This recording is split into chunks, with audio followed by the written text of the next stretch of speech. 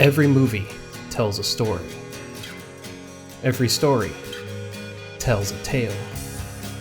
Come with us as the people behind the Cinemadness podcast talk candidly about the stories that connect them to their favorite movies. This is Real Stories from the Isles. Hey everybody, Adam again. Yep, it's me again. And let's get out of the 2000s. I want to talk about a movie that came out in the 80s, specifically 1986. John Carpenter made this movie that I will never forget. I will never stop loving. And it's so weird and so different that, you think a cult movie, you think of quite a few movies, but one of the top ones is Big Trouble in Little China. And I was about 7 or 8 years old when I saw this movie, and it blew my mind. I don't know what I was seeing. I didn't understand it. The guy who played with the lightning, he was really cool. And the magic and the weird disheveled Wookiee thing was cool, and the Beyonder looking guy floating in the thing. I just did not know what was going on, but I loved every minute of it. And I saw it on HBO. If you haven't figured out, I had HBO as a kid, and I used it a lot. Back in that day, HBO was a channel that you would watch and make sure you caught the movie when it came on, because then you would miss it. And the first time I saw it, I missed it. I missed like the first half. I had no idea what was going on. But it had Kurt Russell in it, and I recognized Kurt Russell from something. I don't know. But it was fun. It had kung fu. It had magic. It had explosions. It had lights and people exploding and everything. And it's a movie that it stays near and dear to my heart.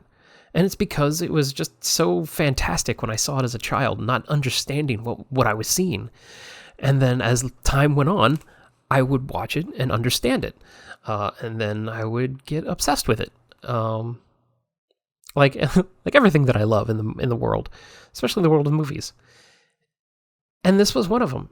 And I still love everything about it. You know, the soundtrack, the acting, the story.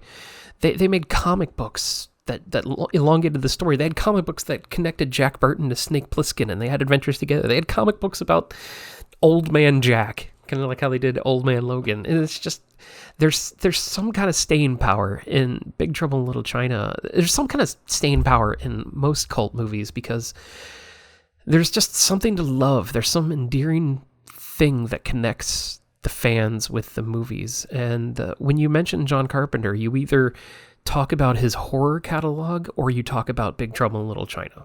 Sometimes Escape from LA gets thrown in there, but mostly it's, his horror stuff and Big Trouble in Little China.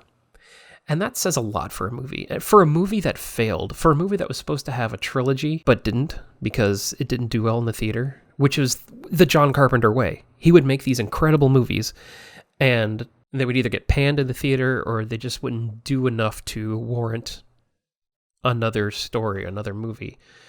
In fact, The Thing was received so poorly, he lost Universal, and he wasn't able to do Firestarter, which he really wanted to do. And it went to another director, and we saw how that turned out. But anyway, I'm talking about Big Trouble in Little China. John Carpenter, he still loves this movie. If you listen to the commentary tracks, he just gushes on about this movie. And it was great that his band is a band of filmmakers. It's called the Coupe de Villes, and they did the song for Big Trouble in Little China.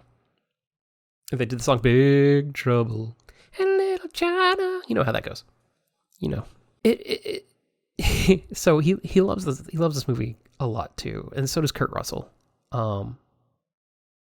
I think John Carpenter's come out and said that Kurt Russell's best role in his movies was Big Trouble in Little China, because it's such a brash 80s character. It's kind of like a parody / archetype of the 80s not horror, 80s action superstar. And he was not even the main character. If you watch the movie, you realize the movie is about Wang, and Jack is his sidekick. It's not about Jack Burton. Jack Burton's the outsider who's been thrown into this whole rigmarole. And that's another thing. Like when we talked about Buckaroo Banzai, where it felt like a sequel without, the proper first story.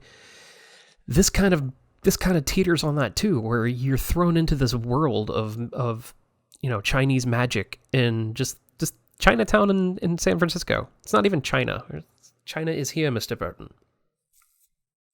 It's in San Francisco, so it's technically Little China.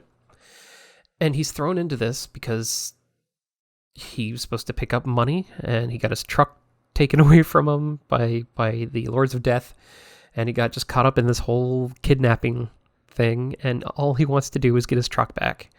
Well, and hook up with Kim Cattrall, who was surprisingly, amazingly attractive in this movie.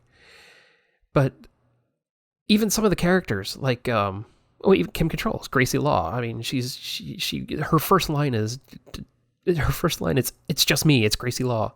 Nobody panic. You have no idea who this person is, but they do, except for Jack, because Jack is the audience. So this really isn't a story about it, because I just wanted to talk about how I was obsessed with it when I was a kid. And it's a cool movie that I will forever love. It seems like this is how all of my movies, my real stories end. Oh, now I'm rambling. Anyway, it was just a cool movie that I wanted to share my childhood obsession with, have where I'm coming from. And that's the whole point of these real stories, I get to tell you what I love, what I don't love, and why, and the little tidbits in between. And God, I love doing these.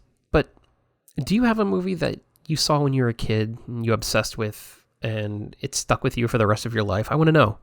I have quite a few, but this one is a great one, in my opinion. But let me know. I want to know what your favorite childhood to adult movies that you still love and can connect with are. And maybe they're the same ones I have. And if they are, let's talk about it. I'll talk about it on the either on the air or on one of these or what. So thank you for joining me for a little walk down memory lane through Little China. And I hope you join me again for another Real Stories. So guys, have a great day. And remember, always celebrate cinema.